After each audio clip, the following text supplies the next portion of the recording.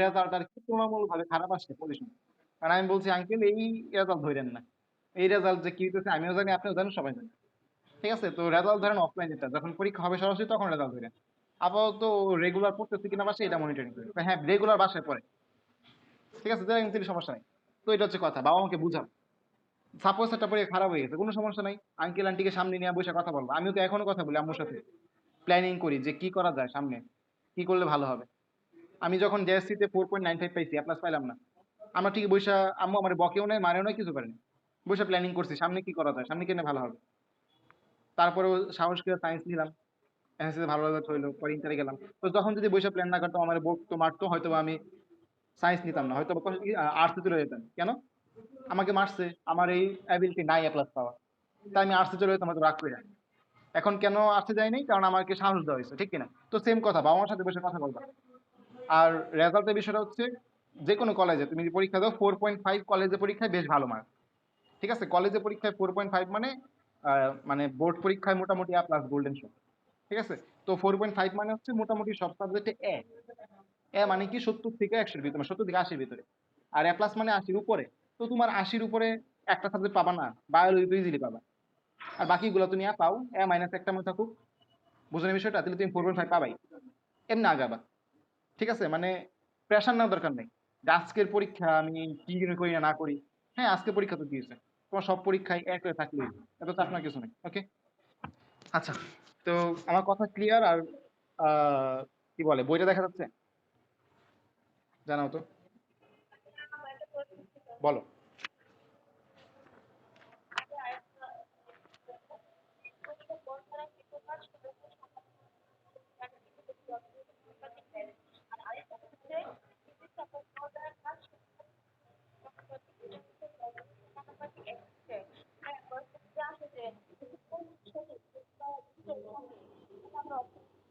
আচ্ছা আচ্ছা, আমি তোমায় বলি।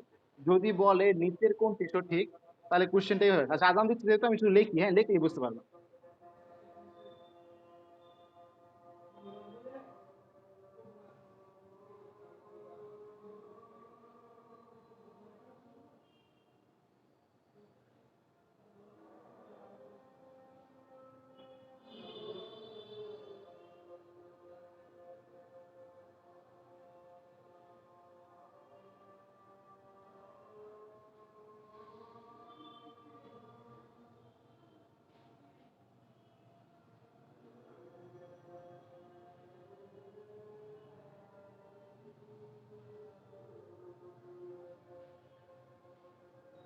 আশা করি বুঝতে পারছো।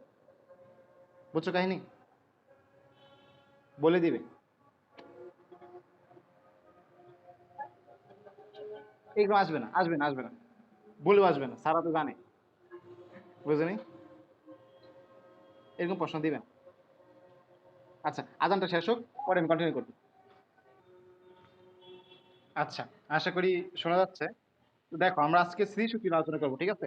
যা আলোচনা শুরু হবে স্মৃতিশক্তি থেকে। কালকে গতিশক্তি থেকে যা কিছু পড়াইছিলাম আশা করি ক্লিয়ার আছে। তো স্মৃতিশক্তি বেশি পড়া না, জাস্ট কয়েকটা কোশ্চেন আসে আর সূত্রগুলো তো আমরা জানি, ব্যাপার না।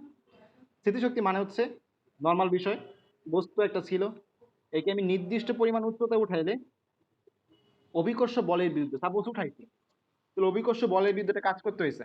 কারণ অভিকর্ষ বল এফ জি কাজ করতে হয় নিচের দিকে, আর আমি যেহেতু এটাকে উপরে উঠাইলাম, নিশ্চয়ই এই বলের বিরুদ্ধে একটা কাজ করছে। ওই কাজটাই এই বলের ভিতরে শক্তি হিসেবে সঞ্চিত থাকবে, যার নাম হচ্ছে বিভব শক্তি। আর এর সমীকরণ আমরা সবাই জানি, ইপি সমান এম জি এস। এর নিয়ে পড়ানোর কিছু নেই। পড়ানোর বিষয় হচ্ছে বিভব শক্তি আসলে কয় প্রকার। এটা আমাদের কখনো ছিল না, আমরা আগে পাই নাই। এটা আমাদের জানতে হবে, প্রকারভেদ জানতে হবে। তো প্রকারভেদ হচ্ছে 3 প্রকার। কয় প্রকার? 3 প্রকার। মনে রাখবা কিভাবে? অস্থিত, এইভাবে মনে রাখবা। অস্থিত কিভাবে মনে রাখবা? অস্থিত। অতে হচ্ছে অবিকর্ষীয় বিভব শক্তি, অবিকর্ষীয় বিভব শক্তি। স্থিতে হচ্ছে স্থিতিস্থাপক বিভব শক্তি, স্থিতিস্থাপক বিভব শক্তি। ততে হচ্ছে তড়িৎ বিভব শক্তি। ওকে, প্রত্যেকটা বিভব শক্তি আমরা জানি। অবিকর্ষীয় বিভব শক্তি হচ্ছে mgh, স্থিতিস্থাপক বিভব শক্তি হচ্ছে হাফ কে এক্স স্কোয়ার। কালকে আমরা দেখছি না এগুলো, half K X square. Spring এর ক্ষেত্রে স্থিতিস্থাপক যেটা, অভিকর্ষী হচ্ছে মাত্র দেখলাম এই যে এটা। তড়িৎ কোনটা? কারেন্টের ক্ষেত্রে ওই যে আমরা বিভব পড়ছিলাম না, কারেন্টের ক্ষেত্রে বিভব প্রাবল্য, জাস্ট ওইখান থেকে ধারণাটা আসছে, আর কিছু না। ঠিক আছে, তড়িৎ বিভব শক্তি আমাদের এই অধ্যায়ে পড়তে হয় না, আমাদের পড়তে হয় উপরের দুইটা, অভিকর্ষীয় বিভব শক্তি আর স্থিতিস্থাপক বিভব শক্তি, জাস্ট এই দুইটা, আর কিছু না। ঠিক আছে, আমরা সবগুলাই জানি, আমাদের পড়ানো কিছু নাই। অভিকর্ষীয় বিভব শক্তি এমজিএইচ, এটাই আমাদের বইয়ে প্রমাণ করা, আর হাফ কে এক্স স্কয়ার, এগুলো আমাদের প্রমাণ করা, আমাদের ওটা আমাকে জানতে হবে না। আমাদের জানতে হবে যে একটা ম্যাথ, এই ম্যাথটা হয়তো বা আমি তোমাদের ট্রিক দিছিলাম, তাও যেহেতু চ্যাপ্টারে আসছে করা দিতে হবে। পৃষ্ঠা 359, তোমরা নতুন বই থাকলে খুলে দিতে পারো, 1 নম্বর যে অঙ্ক, 30 মিটার উচ্চতা, এটা 9-10 ছিল। আমি ক্লাস মানে এসএসসি তে ফিজিক্সে 99 পাইছিলাম, 100 মিস হয়েছে এই অঙ্কটার কারণে। ওকে, মানে এসএসসি পরীক্ষা আসছিল অঙ্কটা আমাদের সময়, তো 1 নাম্বার মিস হয়েছে এই অঙ্কটার কারণে, এই জন্য আমি অঙ্কটা একটা স্পেশাল ম্যাথ বলি। ঠিক আছে, দেখো 30 মিটার উচ্চতা থেকে একটি বস্তুকে বিনা বাধায় পড়তে দিলাম। ঠিক আছে, তাহলে পড়তে দিলে প্রশ্ন হচ্ছে কোথায়, প্রশ্নটা খেয়াল করো, কোথায় গতি শক্তি বিভব শক্তির দ্বিগুণ হবে? তাই বিষয়টা আসলে আহামরি কিছু না, আমরা যদি বুঝতে পারি যে গতি শক্তির বেসিক কোনটা আর বিভব শক্তির বেসিক কোনটা, তাহলেই আহামরি কাজ শেষ। খেয়াল করো, গতি শক্তির বেসিক আসলে কোনটা, ধরো এইচ উচ্চতা, এরকম একটা জিনিস। ঠিক আছে, তো গতি শক্তি মানে কি, নিচের থেকে উপরে হিসাব, আচ্ছা ধরো গতি শক্তি মানে তো half M B square, E K সমান তো হাফ এম বি স্কোয়ার, ঠিক কিনা? আমরা ভি স্কোয়ার সমান ইউ স্কোয়ার প্লাস 2g আমরা পড়ছি, ঠিক কিনা? V square equals to U square plus 2g। কিন্তু যদি আদিবেগ শূন্য থাকে, তাহলে সমীকরণটা কি হবে? ইউ কাটা, তাহলে হাফ এম ইন্টু 2g, 2 আর হাফ কাটা, তাহলে এম জি এইচ। তোমাদের বলতে আমার প্রশ্ন, এইচটা আসলে কোনটা, মাটি থেকে উপরে নাকি উপর থেকে নিচে? এইচটা কোনটা গতিশক্তির ক্ষেত্রে? উপর থেকে না, এইচটা উপর থেকে না, কারণ আমরা গতিশক্তি তখনই পাবো যখন উপর থেকে নিচে নিক্ষেপ করবো, ঠিক কিনা? তাহলে এইচটা আসলে উপর থেকে, ঠিক কিনা? সেম কথা আমি যদি বিভব শক্তির ক্ষেত্রে বলি, ইপি সমান হচ্ছে এম জি এইচ প্রাইম, এই এইচটা কি নিচের থেকে না? তার মানে গতিশক্তি আমরা হিসাব করি উপর থেকে, বিভব শক্তি হিসাব করি কি নিচের থেকে, ঠিক কিনা? আচ্ছা, এখন এইটার উপর ভিত্তি করে আমাদের এই অঙ্কটা করবো যে গতিশক্তি বিভব শক্তির দ্বিগুণ। এই দেখো, গতি শক্তি বিভব শক্তির দ্বিগুণ, আমি কি মনে রাখতাম? প্যাস লাগতো, কি প্যাস লাগতো, যে গতি শক্তি বিভব শক্তির দ্বিগুণ, এই দুইটা আসলে কই দিব, এখানে দিব না এখানে দিব, এটা প্যাস লাগতো। তোমাদের কি এটা প্যাস লাগে নাকি পারো? জানো তো প্যাস লাগবে, আমি সলভ করে দিব এটা। গতি শক্তি বিভব শক্তির দ্বিগুণ, এটা কি বুঝতে সমস্যা হয়? হ্যাঁ বা না? আচ্ছা, সমস্যা হয় না, শেষ। সমস্যা না হলে যাই। তাই দেখো, ইকে মানে আমরা দেখছি হাফ এম বি স্কোয়ার থেকে পরে লাস্টে এম জি এইচ আসে, আমরা লাস্টে লাইনে লিখতেছি, হ্যাঁ, এই যে এই হিসাবের পরের টুকু লিখতেছি, তোমার পরীক্ষা অবশ্যই পুরোটা করে নিবা। এখানে 2 × mgh প্রাইম, ঠিক আছে? তো এম জি কাটা, রয়ে গেল হচ্ছে h equals to 2h prime. দেখো তো একটা জিনিস, h প্রাইম মানে কি, x মাইনাস h না? h প্রাইম মানে কিন্তু x মাইনাস h, পুরোটা থেকে h বাদ দিলে, ঠিক কিনা? কথা বুঝতে পারছো?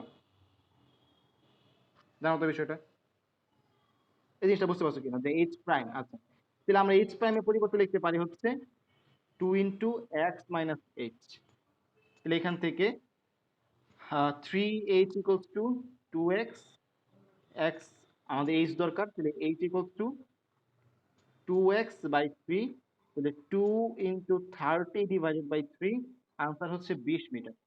এখন খেয়াল করো, আমাদের প্রশ্নে কি চাইছে? প্রশ্নে বলছে কোথায়, আমাদের তো বলে নাই উপর থেকে নিচে থেকে, তাই আমি বলতে পারি যে উপর থেকে 20 মিটার, যেহেতু গতি শক্তিটা বের করছি, আমি কিন্তু এইচ বাই করছি, এইচ প্রাইম বের করি নাই, একটু মনোযোগ দিও, এইচ বের করছি, এইচ প্রাইম না। এইচটা আসলে কোন জায়গা থেকে? উপর থেকে, তো তুমি বলতে পারো উপর থেকে 20 মিটার, আর যেহেতু মোট 30 মিটার, তার মানে কি ভূমি থেকে 10 মিটার। কথাটা বুঝতে পারছো? এটা ঠিক এর জন্য এভাবে আনসার করবো। এখানে কোনো কনফিউশন জানাও তো, কনফিউজ থাকলে আমি বলবো। আচ্ছা, তাহলে এখানে কোনো কনফিউশন নাই। সিকিউ এর জন্য হচ্ছে এটা। এমসিকিউ আসলে কি করবো, এমসিকিউ আসলে কি করবো এটা, যেমন আমার সময় আসছিল এসএসসিতে। তো দেখো বিষয়টা এমন, লাস্টের লাইনে আমরা এটা পাইছি। আচ্ছা, তো দেখো আমরা মানে কিভাবে বিষয়টা আর কি ডিল করবো। ই কে ই K equals to N E P, ঠিক আছে। আচ্ছা, তো বিষয়টা হচ্ছে এমন যে আচ্ছা শর্টকাট আসলে আমি দেখা ভালো, আচ্ছা দিয়ে দিই, সমস্যা নেই দিয়ে দিই। তো E K equals to N EP, তো আচ্ছা N square, sorry N square EP. তো এখান থেকে আমরা আসলে কি বুঝলাম, যদি কখন এমন হয় যে গতি শক্তি বিভব শক্তির এত গুণ, আচ্ছা এন স্কোয়ার না মানে এন হবে, আমি তো বেশ লাগাই দিই। আচ্ছা ইকুয়ালস টু এন ইপি মনে হয়, আমি ঠিক বেশ লাগাই দিছি। আচ্ছা ঠিক আছে, খেয়াল করো ই কে সমান যদি হয় ইপি এর এন গুণ, যেমন আমরা একটু আগে দেখলাম গতি শক্তি বিভব শক্তির দ্বিগুণ, তাহলে এখানে এন এর মান কত, 2। তখন সমীকরণ হবে হচ্ছে H equals to X by N plus one, এটা হচ্ছে আমাদের সমীকরণ, ঠিক আছে। তো খেয়াল করো এখানে আমাদের কি ছিল, আমাদের ছিল হচ্ছে আমি ব্যাস লাগাই দিলাম, দাঁড়াও একটু হিসাব করি, A B C D F G H I J K L M N O P, না ঠিক আছে, ঠিক আছে ঠিক আছে। তো এখানে আমাদের এইচটা কি ছিল, আমাদের যে উচ্চতা, মানে ভূমি থেকে যে উচ্চতা, মানে তো হিসাব করতেছি কি কতটা উচ্চতায় বিভব শক্তি গতি শক্তি এত গুণ হবে, ঠিক না। তো আমাদের এক্স হচ্ছে মোট উচ্চতা, যতটুকু পরীক্ষায় দেওয়া আছে মানে প্রশ্নে দেওয়া আছে, এন হচ্ছে কত গুণ, এটা দিয়ে আমরা সলভ করবো। তো একটু একটু খেয়াল করো আমাদের ম্যাথটা আবার লিখতেছি, গতি শক্তি বিভব শক্তির দ্বিগুণ মানে 2 গুণ, এই জিনিসটা এইভাবে আসতে পারে, বিভব শক্তি গতি শক্তির 2 গুণ, তখন নিশ্চয়ই আনসার চেঞ্জ থাকবে না, আনসার কিন্তু চেঞ্জ হয়ে যাবে। যদি গতি শক্তি বিভব শক্তি 2 গুণ বলে আনসার একটা, বিভব শক্তি গতি শক্তি 2 গুণ বলে আনসার একটা, ঠিক কিনা। তো তখন আমরা কিভাবে ডিল করবো জিনিসটা, এর জন্য হচ্ছে এই শর্টকাট, এটা হচ্ছে এমসিকিউ এর জন্য। তো দেখো আমি আস্তে আস্তে বলতেছি যে কিভাবে ডিল করবা। ই কে প্রথমটার ক্ষেত্রে, ই কে সমান হচ্ছে ইপি এর 2 গুণ, ঠিক আছে। তাহলে আমাদের এখানে যেই উচ্চতা মানে এক্স ইকুয়াল টু কি আসবে, H by N plus one, তাহলে এইচ আমাদের কত ছিল 30, মানে মোট ছিল 30, এন এর মান হচ্ছে 2, 2 প্লাস 1 কত হয় 10। দেখো তো ভূমি থেকে উচ্চতা কত ছিল, 10 মিটার না আনসারে, ভূমি থেকে উচ্চতা 10 মিটার ছিল না, এটা তো 20 মিটার তো উপর থেকে, যে ভূমি থেকে 10 মিটার না, এই জিনিসটা বুঝতে পারলাম। পরে আরো ক্লিয়ার করবো, আপাতত মানে শর্টকাট থেকে আনসার আসছে এটা বুঝছো কিনা। আচ্ছা, তাহলে খেয়াল করো যদি 2 নাম্বারটা থাকতো, যদি 2 নাম্বারটা থাকতো বিভব শক্তি গতি শক্তির 2 গুণ, বিভব শক্তি গতি শক্তির 2 গুণ, তাহলে কি সমীকরণটা এমন হইতো, এমন হইতো না যে ইপি ইকুয়ালস টু ই কি এর 2 গুণ। কিন্তু আমরা কি বলছি, আমরা বলছি সমীকরণটা হতে হবে এমন E K equals to N EP, E K equals to N EP, কিন্তু আমরা পাইছি কি EP equals to N E K, তাহলে আসলে কিন্তু মিলে নাই, উল্টায় আনতে হবে, E K equals to half into EP, তাহলে এন এর মান এখন হাফ না, এন এর মান হাফ না, বুঝতে পারছো। মানে x equals to h by N plus one, এই সমীকরণে এন এর মানটা আসলে কোনটা, E K equals to N EP, এইখানে যে n, not EP equals to N EP, বুঝতে পারছো এই জিনিসটা, মানে এই সমীকরণের এন কোনটা এটা বুঝতে পারছো, জানাও তো, না বুঝতে আবার বলবো। আচ্ছা এখন তাহলে নেক্সট কনফিউশন, তোমার পরীক্ষা হলে যেটা প্যাচ লাগবে, তুমি এটা ভুলে যাবা যে ই K equals to N E P নাকি ইপি ইকুয়ালস টু এন ইকে, এইটাই তুমি ভুলে যাও পরীক্ষা হলে, ঠিক কিনা, স্বাভাবিক ভুলে যাওয়া স্বাভাবিক, যেমন আমি একটু আগে ভুলে গেছিলাম, তাই আমি বের করে নিছি। তো তুমি এইটাই ভুলে যাবা যে মেইন সমীকরণ কোনটা ছিল, এটা নাকি এটা।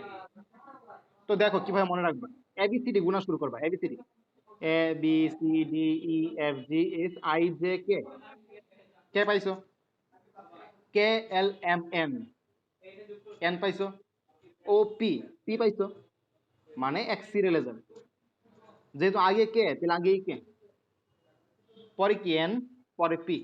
ঠিক আছে, তাহলে এটা আনসার হবে। যদি এই সিরিয়াল মানে, তখন আনসার হচ্ছে x equals to h by N plus one. এই এইচ হচ্ছে আমাদের মোট উচ্চতা, আর এই এক্স হচ্ছে ভূমি হতে উচ্চতা। দেখো তো কিছুটা সহজ করতে পারলাম কিনা? সহজ করা গেছে? জানাও তো। আচ্ছা, তো এরকম আরো কিছু ম্যাথ আছে, তোমরা চাইলে করতে পারো, আমি বই থেকে পরে দিয়ে দেবো দাগায়, পরে সময় নিয়ে দাগায় দিয়ে দেবো ক্লাস শেষে। আচ্ছা, তাহলে এইটা কিভাবে সলভ করবা, সিকিউ থাকলে তো দেখাই দিলাম, এভাবে সলভ করবা। আর যদি বাই চান্স এমসিকিউ আসে পরে, প্রথমেই তুমি দেখবা কিভাবে আছে, এই এই সিরিয়াল মানছে কিনা। যদি এই সিরিয়াল না মানে, তুমি এই সিরিয়াল আইনে নিবা। এই যে আমরা যেমন একটু আগে আনলাম, আইনে নিচ্ছি কিন্তু হাফ ইন্টু আইনে নিচ্ছি হবে। আইনে নেওয়ার পরে এন এর মানটা বসায় দিবা, আনসার বের করে নিবা, শেষ, কাজ শেষ।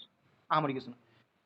এরপরে আমরা যাব হচ্ছে কয়েকটা কোশ্চেন যেগুলো আর কি তোমাদের খতে আসবে, খতে আসার মতো কোশ্চেন, অনুধাবনমূলক। অনুধাবন, যেমন কালকে আমরা বলছিলাম যে গতিশক্তি ঋণাত্মক হতে পারে কিনা। গতিশক্তি ঋণাত্মক হতে পারে, জানো তো? আচ্ছা, পারে না। তাহলে নেক্সট কোশ্চেন হচ্ছে স্থিতিশক্তি ঋণাত্মক হতে পারে কিনা। স্থিতিশক্তি ঋণাত্মক হতে পারে, এটা হচ্ছে কোশ্চেন। পারে, কেন পারে? দেখো, সহজ বিষয়। ইপি সমান হচ্ছে এম জি এইচ। এইখানে জি কি রাশি? ভেক্টর রাশি। এইচ কি রাশি? ভেক্টর রাশি। তাইলে জি এর সাপেক্ষে এইচ যদি উল্টা দিকে হয়, তখনই কি হয়ে যাবে? মাইনাস হয়ে যাবে। মানে নর্মালি দেখো, একটু চিন্তা করে, আমাদের প্রসঙ্গ কাঠামো সাপোজ এটা, মানে এর সাপেক্ষে আমি সবকিছু হিসাব করতেছি, ঠিক আছে? এর সাপেক্ষে সবকিছু হিসাব করতেছি, ঠিক আছে? তো আমি এখন কি করলাম, এর উপরে নিলাম, উপর দিকে কি নিছে, সাপোজ আর কি একটা বস্তুকে উঠাইছি, তখন এর বিয়োগ শক্তি কি সমান হচ্ছে এম জি এইচ, ঠিক আছে?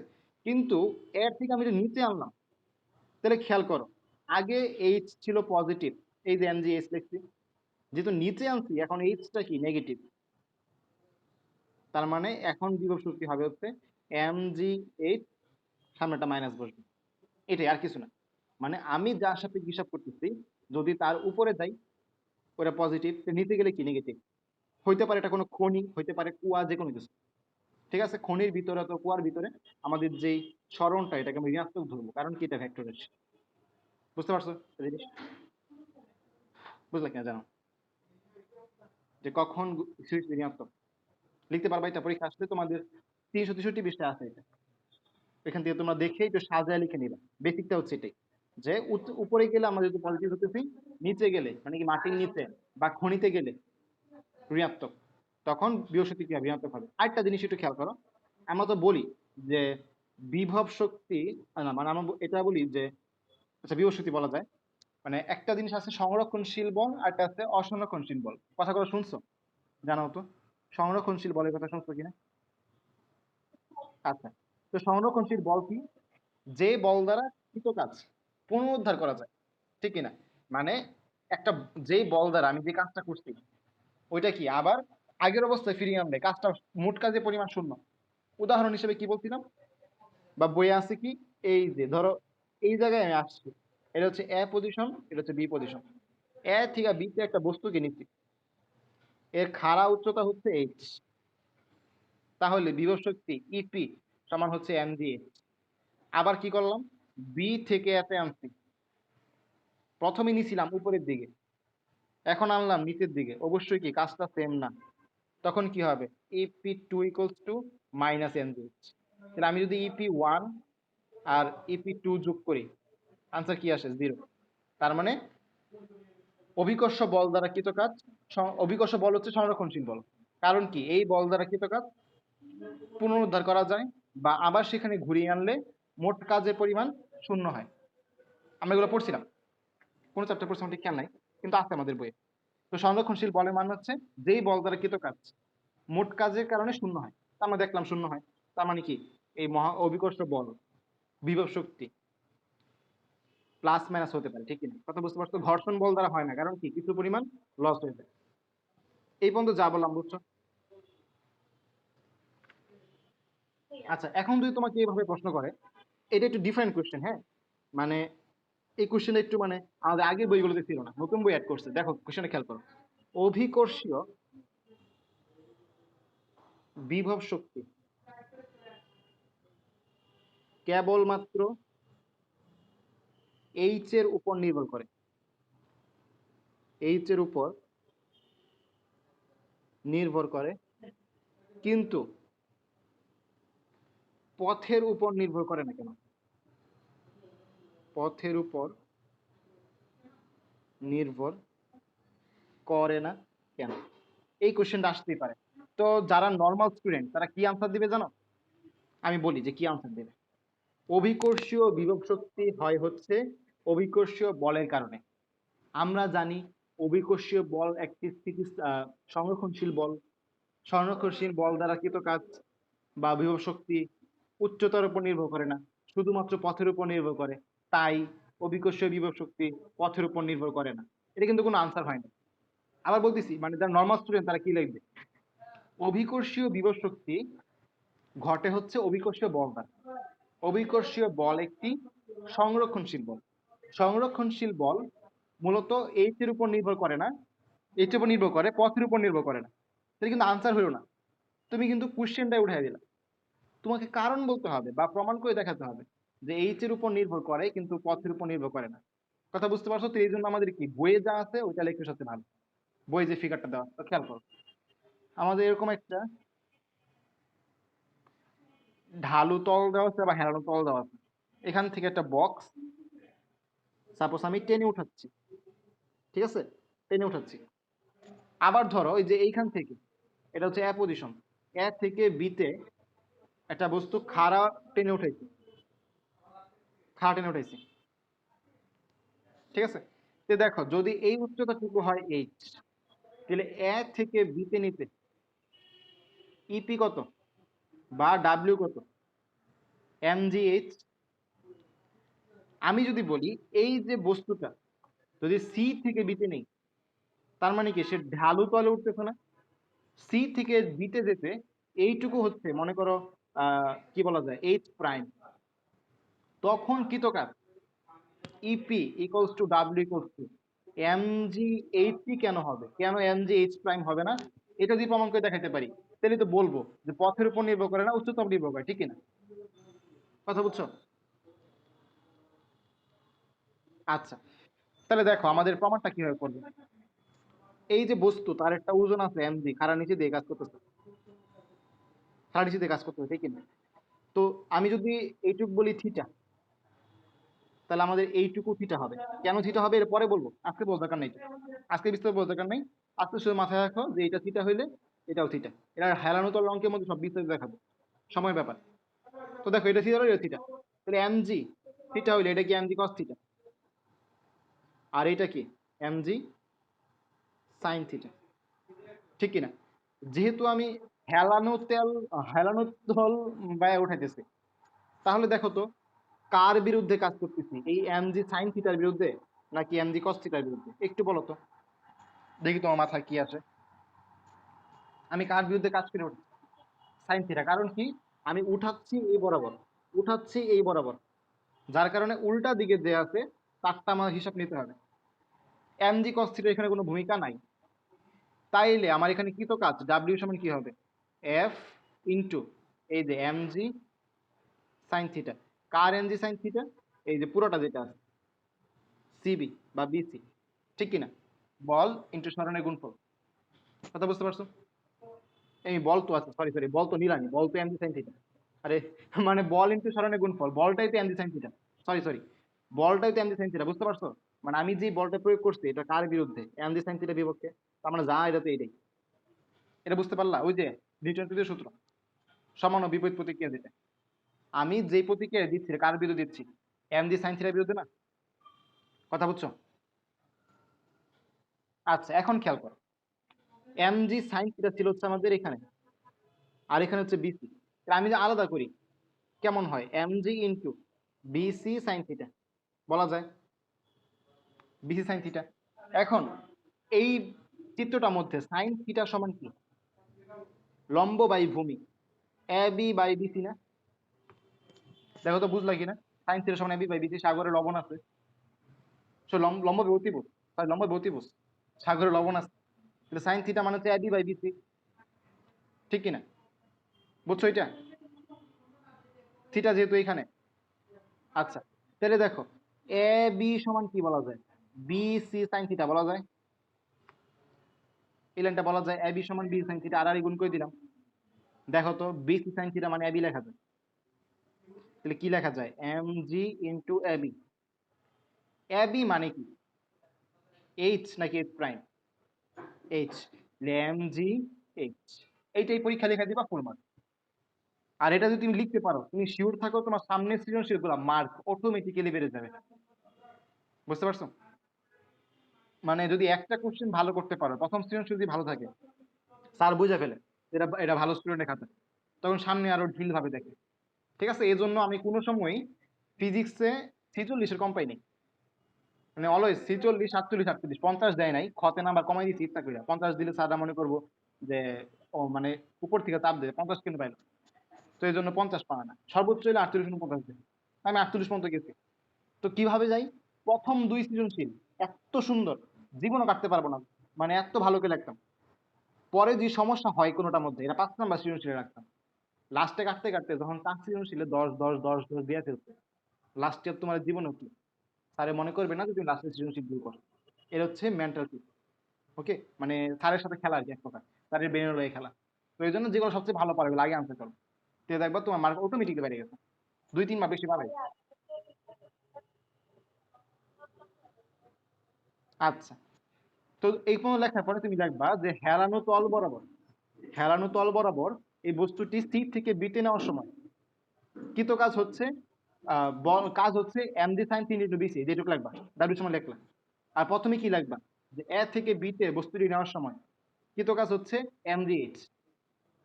তো যদি হেলানো তলের এ থেকে বিতে নেওয়ার সময় এবং সি থেকে বিতে নেওয়ার সময় কৃত কাজ একই হয়, তার মানে প্রমাণিত হবে যে যেই বিভব শক্তিটা আছে বা কৃত কাজটা আছে এটা কি এইচ এর উপর নির্ভর করে, পথের উপর না। বুঝতে পারছো? পরে তুমি এইটুকু লিখবা, লেখা পড়া লিখে দিও প্রমাণিত। তুমি এটা আরেকবার জয়েন করো, আর 50 সেকেন্ড আজকে কেটে যাবে। তো সামনে কিছু এমসিকিউ আছে, হ্যাঁ, এমসিকিউ গুলো কভার করতে হবে আমাদের। দেখো কি বলছে যে নিউক্লিয়ার রিয়েক্টরে, আশা করি ভয়েস ক্লিয়ার আছে। দেখো নিউট্রন ধারা ভারী পরমাণু আঘাত করলে কি ঘটে? নিউক্লিয় ফিউশন বিক্রিয়া ঘটে। Fission, fission not fusion. ঠিক আছে, তো প্রশ্ন করতে পারে যে ফিশন বিক্রিয়ায় কোনটি দ্বারা আঘাত করতে হয়? ইলেকট্রন, প্রোটন, নিউট্রন, পজিট্রন, দিয়ে দিল। আনসার কি? নিউট্রন। এটা মাথায় রেখে, তো নিউট্রন দ্বারা আঘাত করতে হয়। ওকে, এটা মাথায় রাখলে মোটামুটি আনা কিছু লাগবে না। এমসি করে জানতে হবে যে কি দ্বারা আঘাত করি? নিউট্রন দ্বারা। কাকে আঘাত করছি? ইউরেনিয়াম 92-235। ঠিক আছে, তার ফলে নিউক্লিয় ফিউশন। এখন ফিউশন কি, ফিউশন কি, এগুলো নিয়ে তোমাদের তেমন বিস্তারিত জানার দরকার নেই, আমার লাগে না কেন, কারণ আমাদের শর্ট সিলেবাসের মধ্যে চ্যাপ্টারগুলো নাই, সেকেন্ড পেপার নবম অধ্যায়ে নাই। ঠিক আছে, তারপরে মোটামুটি আমরা জানবো 11 নম্বর অধ্যায় সেকেন্ড পেপারের, এখানে কিছু আলোচনা। আচ্ছা, তো আমাদের এটা শেষ হইলে পরে আমরা সামনে যাব যে আহ সরল দোলকের অঙ্কের মধ্যে আমরা দেখছি এগুলা। ও, এটা মনে হয় রেকর্ড করে দেই নাই না। এই আমি মনে হয় একটা ক্লাস 15 মিনিট মনে বাকি ছিল, আমরা বলো নাই কেন তো? সরল দোলকের অঙ্কটা মনে রেকর্ড করে দেওয়া হয়নি। এই আমার একটু মনে করে দিবা না, আমি তো ভুলে গেছি। আচ্ছা, আমার আজকে দেখে মনে হইলো। আচ্ছা, আমি দিয়ে দিব, হ্যাঁ, আজকে দেওয়া সম্ভব না, কালকে দিয়ে দেবো, কালকে সকালে দিয়ে দেবো। আচ্ছা, এই যে এই অঙ্কটাই তো, এটা ওই অঙ্কটাই যেটা তোমার দেখা যাচ্ছে, ইজি অঙ্ক এগুলো পারবা। ক্ষমতা নিয়ে আলোচনা আছে, ক্ষমতা নিয়ে বেশ ভালো আলোচনা আছে। এখান থেকে লাস্ট 2 বছরে প্রশ্ন আসছে কিন্তু অ্যাডমিশনে, আর এইচএসসি তো প্রত্যেক বছর আসবে জানা কথা। তো খেয়াল করো ক্ষমতা আসলে আমরা কি প্রথম দিন আলোচনা করছিলাম এখান থেকে, যে কাজ করার হার হচ্ছে আমাদের ক্ষমতা, আর সামর্থ্য হচ্ছে শক্তি। এটা আমাদের বুঝতে হবে প্রথমে। কেন? কম সময়ে একজন কাজ করছে, তার মানে তার ক্ষমতা বেশি। বেশি সময় নিছে মানে তার ক্ষমতা কম। আমি ধরো দৌড়ে 10 তলায় উঠে ফেলছি 5 মিনিটে, আরেকজন 10 মিনিটে, তাহলে অবশ্যই আমার ক্ষমতা বেশি। জাস্ট এই একটা বেসিক উপর ভিত্তি করে আমার ক্ষমতা সূত্র আনতে পারি, P equals to W/T।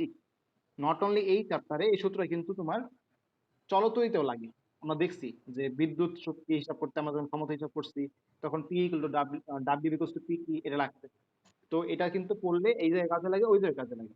তো ক্ষমতা থেকে যা যা লাগবে, সূত্রগুলা লাগবে, কারণ সূত্রের ব্যবহার আছে। একক মাত্রা তো লাগবেই, আর এককের পাশে লেখা রাখো 19। মানে 2019 আর 20 সালে এখান থেকে প্রশ্ন আসে একক থেকে, ক্ষমতা একক থেকে। তো ক্ষমতার সূত্র কোনগুলা কালকে একটু দেখাইছি। P equals to W by T, W equals to Fs, তাহলে Fs by T, S by T মানে হচ্ছে V, তাহলে F V। আহামরি কিছু না। ক্ষমতার একক কি হবে? ক্ষমতার একক হচ্ছে ওয়াট, একক হচ্ছে ওয়াট, আমরা সবাই জানি। এসআই একক যেটা, এসআই কিন্তু তুমি কি বলতে পারো, এসআই ছাড়াও তুমি কি বলতে পারো খেয়াল করো, এই যে 5 এর জুল, নিচে হচ্ছে সেকেন্ড, জুল পার সেকেন্ড বলতে পারি কিনা, এটা কিন্তু আসে জুল পার সেকেন্ড, ওয়াট। ওকে, এই হচ্ছে আমাদের মোস্ট ইম্পর্টেন্ট ক্ষমতা এককের মধ্যে। আর মাত্রা তো তোমরা বের করতে পারবাই, মাত্রা বের করতে পারো না, কোনো সমস্যা হয় মাত্রা বের করতে? একটু জানো, মাত্রা বের করতে কারো সমস্যা? আচ্ছা, সমস্যা হয় না, 3000 কেমন, বলো।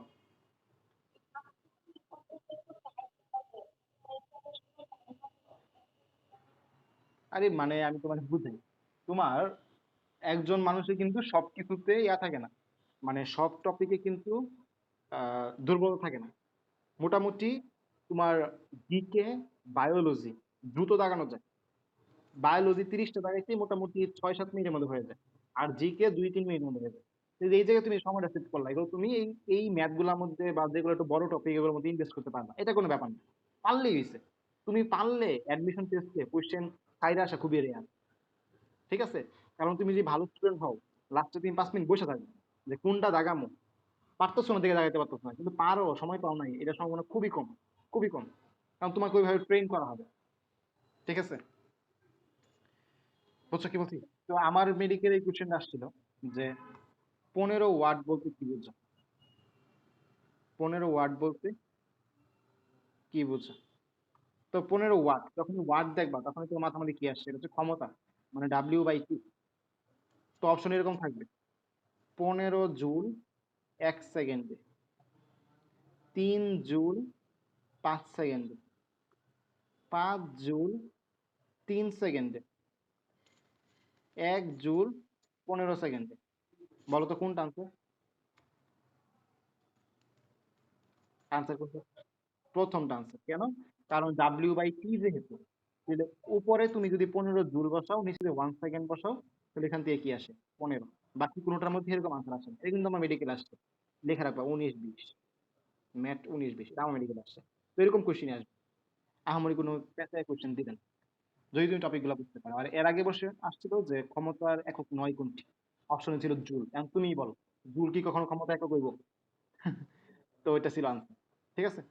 ও আচ্ছা, আরেকটা অপশন কি ছিল আমি বলি। 19-20-এ যেটা আসে, আমার আগের প্রশ্ন যেটা, যে ক্ষমতার একক নয় কোনটি।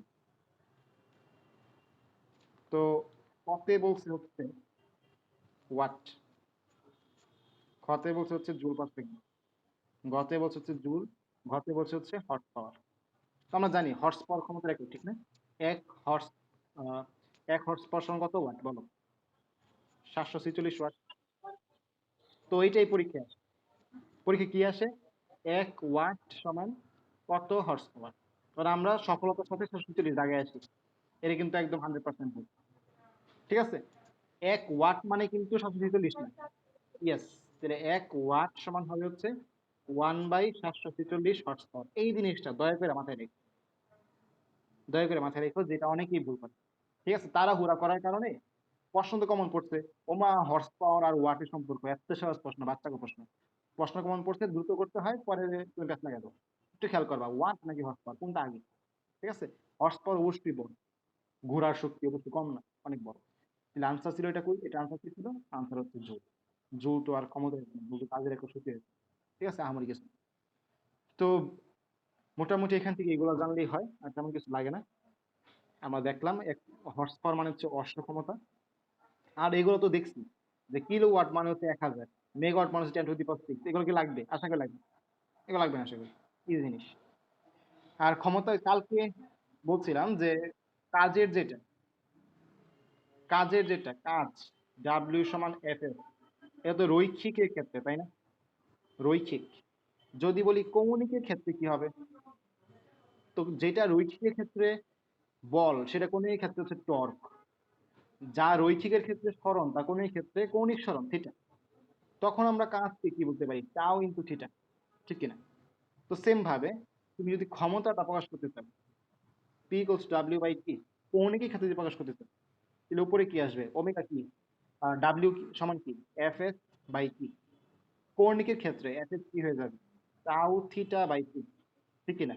এখন বলো থিটা বাই টি মানে কি, ওমেগা না? কৌণিক সরণ বাই সময় সমান কৌণিক বেগ হবে না, নর্মাল বিষয়। কি হবে? Tau omega. এটা হচ্ছে ক্ষমতার কৌণিক যে সমীকরণ। এই জিনিসটা বুঝতে পারছো? কি লিখলাম? আচ্ছা, ঠিক আছে, এটা আমাদের বইয়ে লেখা আছে। আর এই দেখো, টর্ক ইনটু কৌণিক বেগ, একটু থেকে জাস্ট করলে হবে।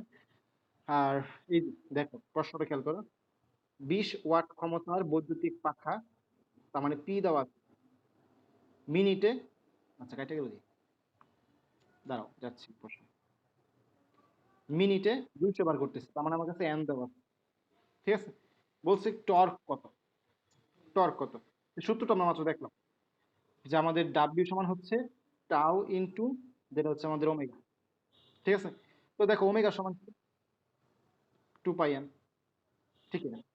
তো আমাদের এরকম ভাবে যে এই টাউ যেটা চাইছে, যে টাউ সমান হচ্ছে ডাব্লিউ না সরি পি হবে, পি সমান হচ্ছে টাউ ওমেগা। তাহলে আমাদের টাউ দরকার, তাহলে হবে পি বাই ওমেগা।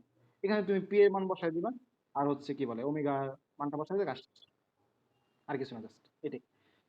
আর একটা বিষয় হচ্ছে, এর আগের দিন দেখাইছিলাম যে কাজের ক্ষেত্রে, দাঁড়াও হয়ে গেল, কাজের ক্ষেত্রে চাকার যদি যতবার ঘুরে ওইটা চাই, মনে আছে কিনা? তো দুইটার মধ্যে একটু তোমরা মিল করে পড়ো, ধরুন বের করতেছি অঙ্কটা, মানে চাকার ঘোরার ক্ষেত্রে যে অঙ্কটা, এই দুইটা অঙ্ক তুমি একটু মিল করে পড়ো, বেশ সুবিধা হবে। হয়ে গেল, এই যে থাকার কথা। আচ্ছা, এইদিকে ছিল কত নম্বর অঙ্ক জানি, আমি ভুলে গেছি। মানে তোমরা যখন সলভ করবে না, দেখবা কাজের মধ্যে অঙ্কটা আছে, মানে একটা চাকা ঘুরতেছে, তো এই চাকা এতবার ঘুরলো, তখন এর ক্ষেত্রে টর্ক দেওয়া আছে, এই সেই দেওয়া আছে, কৃত কাজ কত, এরকম এরকম প্রশ্ন আসে, বের করতেছি তারা। এই যে এই জায়গায় এ দেখো, টর্কের ক্রিয়ায় যে চাকার এন বার আবর্তন হয়, দেখো তো পাইছি কিনা, আমি বই থেকে পৃষ্ঠা বলে দেওয়া, ও পৃষ্ঠা দেখা আছে, পৃষ্ঠা 48 পৃষ্ঠা, পাইছো জিনিসটা জানাও তো। এই জায়গায় একটা স্টার দিয়ে রাখো, আর পরের টপিকের সাথে মিলাই পড়বা এটা, মানে টর্ক রিলেটেড অঙ্কগুলোর সাথে করবো, তাহলে চতুর্থ অধ্যায় উপকার পাবা। বুঝতে পারছো?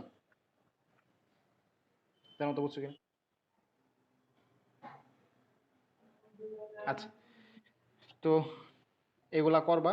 আর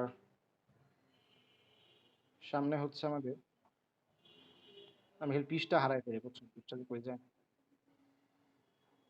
ক্ষমতা, তারপরে আমাদের কর্মদক্ষতা আছে, কর্মদক্ষতা।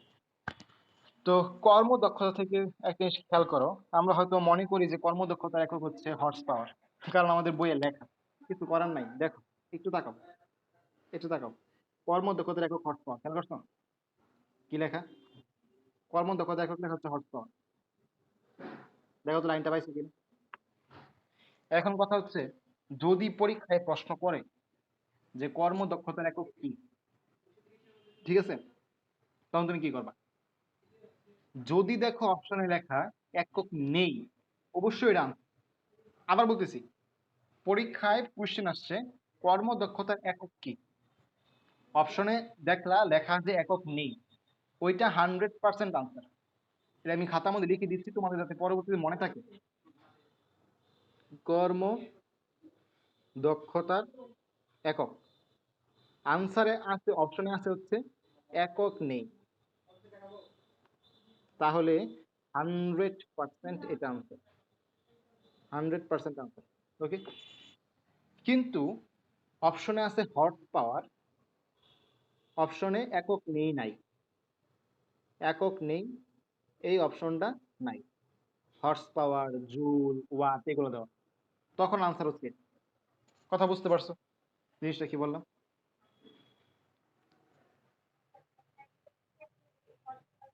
না না, অন্যান্য বই আবার একক নেই দেওয়া আছে, ঠিক আছে। তো এই জন্যই বললাম, যদি দেখো একক নেই অপশনটা আছে, তার মানে স্যাররা আসলে জানে যে একক নাই। আর যদি দেখো যে একক নিয়ে কোনো অপশন নেই, হর্স পাওয়ার, ওয়াট, জুল এরকম দেওয়া, তার মানে বুঝবা আসলে স্যাররা বই থেকে প্রশ্ন করছে, স্যাররা বাইরে জানে না, ঠিক আছে। বুঝছো?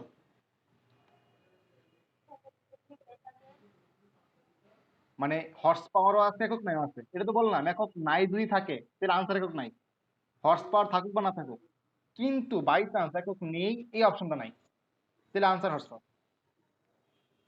বুঝতে পারছো? মানে একক নাই থাকলে এটাই আনসার।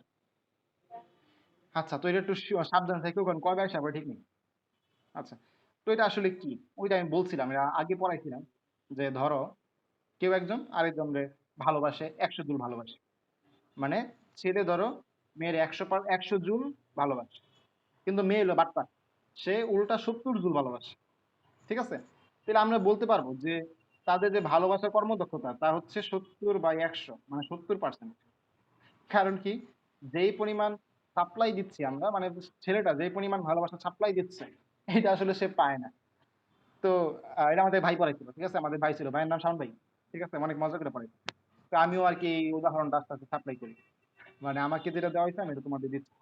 বিষয় হচ্ছে, সাপোজ জুস কারখানা, ঠিক আছে? জুস কারখানায় তুমি একটা কমলা আস্তা দিয়ে দিছো, তো পুরোটা কি জুসে পরিণত হবে নাকি শুধু কমলার রসটাই জুসে পরিণত হবে বলো তো? অবশ্যই কি, কমলার রসটাই জুসে পরিণত হবে, কমলার খোসা আর জুস হবে না। সে তো খোসা খাইতাম আমরা। তাহলে তুমি উপরে মনে করতে পারো জুস, মানে বা কমলার রস, কমলার রস, আর নিচে হচ্ছে আস্তা কমলা। ঠিক আছে? এটাই আসলে হচ্ছে কর্মদক্ষতা। মানে আমরা যা দিচ্ছি এবং তার বিনিময়ে যা পাচ্ছি, তার অনুপাতের 100% হচ্ছে কি কর্মদক্ষতা। ঠিক আছে? তো আমি যদি বলি একটা ইঞ্জিন, একটা ইঞ্জিন, এই ইঞ্জিনের ভিতরে 100 জুল কি বলে শক্তি দেওয়া হয়েছে, কিন্তু ইঞ্জিনটা 30 জুল শক্তি অপচয় করে। তো কর্মদক্ষতা কত? 30% না? কর্মদক্ষতা কত হবে? 30%। জি ভাইয়া, কে বলছো? তাই বা, তাই বা ভুল করলো না? ভুল করলো না? একটু তাকাও তো, মনোযোগ কই। আচ্ছা, দেখছো, এই যে কিন্তু তোমরা ভুল করো, যে 30 জুল অপচয় করছে মানে, এই না 30/100 কিন্তু না, আনসার এটা না। খেয়াল করো, 30 জুল অপচয় করছে, তাহলে কাজে লাগছে 70 জুল। যতটুকু কাজে লাগে ওইটা আনসার না। কর্মদক্ষতা মানে কি, যতটুকু কাজে লাগাইছে। আস্তা কমলা দিছিলাম, আমরা কি উপরে কমলার রস লিখছি নাকি খোসা লিখছি? এই খোসাটা হচ্ছে 30 জুল। বুঝতে পারছো? বুঝলা কিনা জানা? আচ্ছা, তাহলে যতটুকু কাজে লাগে ওটা হচ্ছে কর্মদক্ষতা, অপচয় হয়ে গেলে কিন্তু এটা আনসার না। তো এর আনসার হচ্ছে 70। আর কি হলো এটা? দাঁড়াও, যাচ্ছি আবার এটা।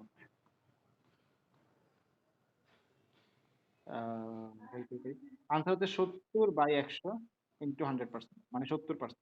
আশা করি বুঝছো। তো সেম কথা, ধরো একটা বার্গারের দোকান, বার্গারের দোকানের মধ্যে বার্গার আছে ভিতরে। তো বার্গারের এখানে হাই পাওয়ারের লাইট দেওয়া, হাই পাওয়ারের লাইট। এই হাই পাওয়ারের লাইট হওয়ার সুবিধা কি, আলো দিচ্ছে প্লাস বার্গারটা গরমও রাখতেছে। ঠিক আছে? তো সাপোজ এইটা প্রত্যেক সেকেন্ডে 250 জুল ইউজ করে।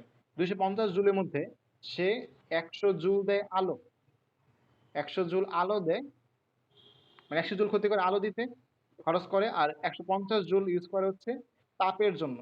তাহলে আমি যদি বলি বার্গারটি গরম রাখতে, বার্গারটি গরম রাখতে লাইটটির বা বাল্বটির কর্মদক্ষতা কত? কর্মদক্ষতা মানে ইটা দিয়ে প্রকাশ করে, ঠিক আছে? এর উচ্চারণ হচ্ছে ইটা। ইটা কত? তখন কিন্তু আনসার কি হবে, যেহেতু বলছি গরম রাখতে, গরম রাখে কোনটা, তাপ, এর উপর হবে 150, নিচে হচ্ছে 250 ইন্টু 100%। যদি বলতাম আলোকিত করতে কর্মদক্ষতা কত, তাহলে হবে উপরে হইতো 100, নিচে 250। কথা বুঝতে পারছো? জানাও তো। ওকে, এটাই হচ্ছে আনসার, আর কিছু লাগবে না। তো যতটুকু অপচয় হয় এটা আমরা আনসার নিব না, আমার যতটুকু লাগে তো ওইটা আনসার। আচ্ছা, তো এখন হচ্ছে বলের প্রকারভেদ। আমাদের দুই ধরনের বল আছে, সংরক্ষণশীল বল আর হচ্ছে অসংরক্ষণশীল বল। তো এটা মজার বিষয়, আমি তোমাদের মনে হয় কোন চ্যাপ্টারে পড়াইছিলাম, না তোমাদের পড়াইনি, তোমাদের স্থিরচিৎ পড়াইনি, পড়াই না পড়াইছি, তাপগতিবিদ্যায় পড়াইছি। সংরক্ষণশীল বল অসংরক্ষণশীল বল পড়াইছি, কেন তাপগতিবিদ্যায় পড়াইছি না? সবাই কি পাইছিলা? মানে সংরক্ষণশীল বল অসংরক্ষণশীল বল পড়াইছি না, বলো কি? ও আচ্ছা আচ্ছা, মানে দুইটা ক্লাস নিয়েছিলাম না। আচ্ছা ঠিক আছে, তো দেখো একটু মনোযোগ দাও। আবুল আর কাবুল দুই বন্ধু। আবুল আর কাবুল, টপিকের নাম হচ্ছে বলের প্রকারভেদ। আচ্ছা, আবুল আর কাবুল দুই বন্ধু। তো এর মধ্যে আবুল আর কি ভালো, আর কাবুল হচ্ছে খারাপ, দুষ্ট। ঠিক আছে। তো একদিন আবুল কি করছে, কাবুলের কাছে টাকা চাইছে যে দোস্ত আমার 500 টাকা দে, আমি একটু ঢাকা যাব, দরকার আছে। তো সে যেহেতু সৎ, আবুল কিন্তু কাবুলের কাছ থেকে কি 500 টাকা ধার নিয়েছে। সে কি সৎ, আবুল একজন সৎ মানুষ। সে গেছে কোথায়? ঢাকা। ঢাকা থেকে আবার কোথায় আসছে? বাসায় আসছে। বাসা থেকে গেছে কোথায়? কাবুলের কাছে। তো যেহেতু সৎ, টাকাটা কি আবার ফুললি ফেরত দিয়ে দিবে না? জানাও তো। সৎ যেহেতু অবশ্যই ফুল টাকা ফেরত দিয়ে দিবে। আচ্ছা, এটা একটা কাহিনী। আবার ধরো কাবুল হচ্ছে অসৎ। কাবুল হচ্ছে অসৎ। সে একদিন কি করছে, আবুলের কাছ থেকে ধার নিছে 500 টাকা। এখন সে কি করছে, ঢাকা গেছে। ঢাকা যায় হোটেলে খাইছে 200 টাকা। হোটেলে খাইছে 200 টাকা। এরপরে বাসায় আসছে। বাসায় এসে 100 টাকা নিজের কাছে রেখে দিচ্ছে। পরে গেছে আবুলের কাছে। সে তার কাছে কত টাকা আছে? 200 100 বাদ, কিন্তু আছে কত? 200 টাকা। এখন সে বন্ধুরে বলতেছে যে দোস্ত কিছুদিন পরে দিয়ে দিব মনে, এখন বলো এই টাকা কি আর ফেরত পাওয়া যাবে? বন্ধুরে দেওয়া টাকা ফেরত পাওয়া যায় না। তাহলে দেখো তাদের দুজনের মধ্যে তফাৎ কি?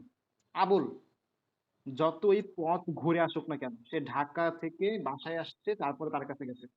যতই পথ ঘুরে আসুক না কেন, টাকাটা কি চেঞ্জ হয়েছে? হয়নি। তার মানে আবুলের টাকার পরিমাণ পথের উপর নির্ভরশীল না। যেই টাকা দিছি ওইটাই ফেরত পাওয়া যায়।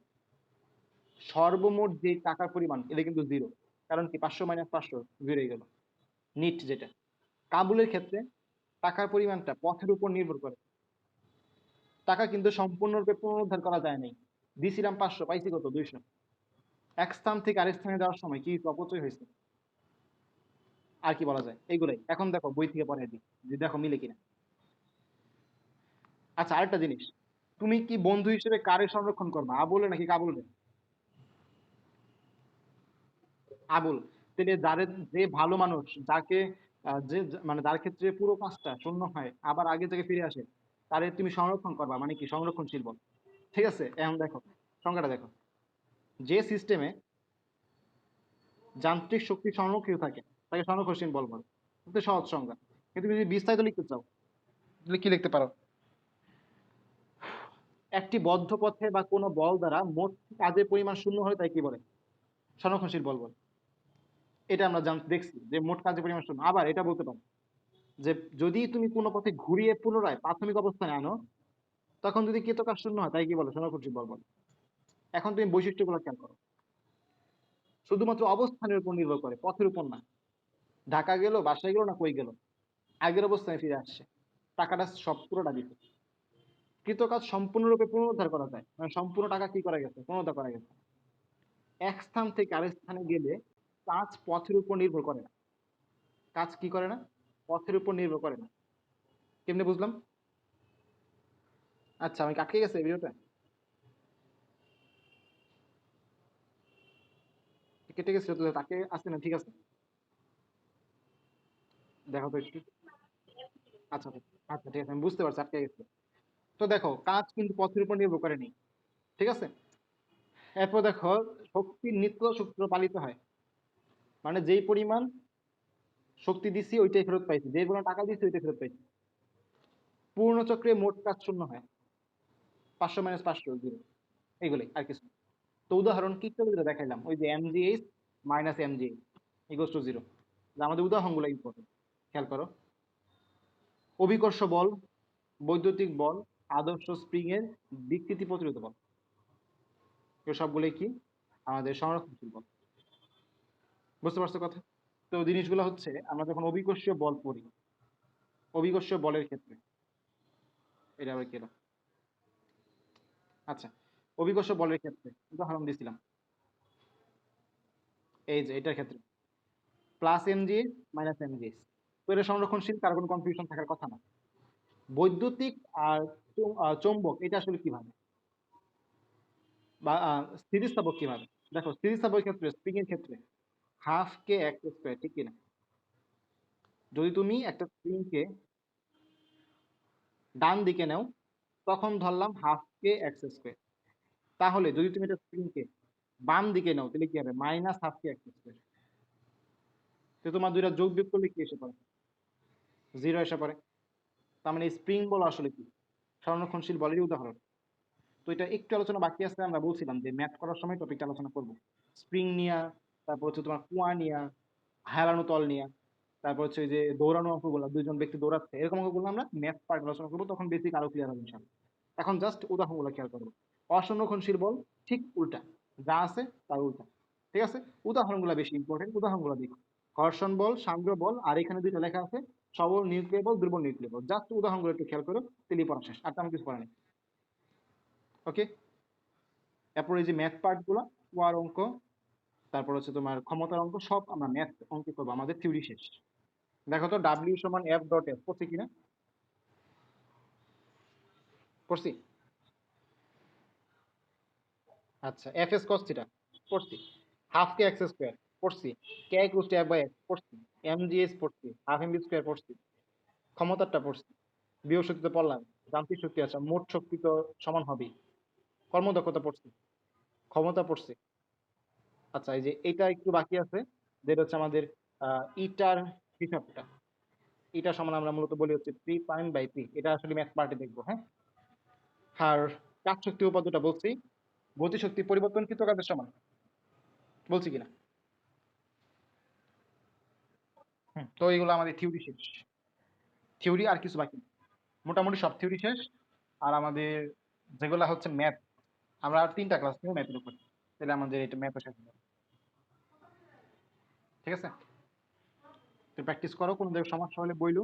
আর এক্সাম কিন্তু হবে, হ্যাঁ, এটা এক্সাম হবে তোমাদের কলেজের যেদিন এক্সাম, ওর আগের দিন রাতে নিয়ে তুমি একটু বইলো যে ফিজিক্স এক্সাম কবে।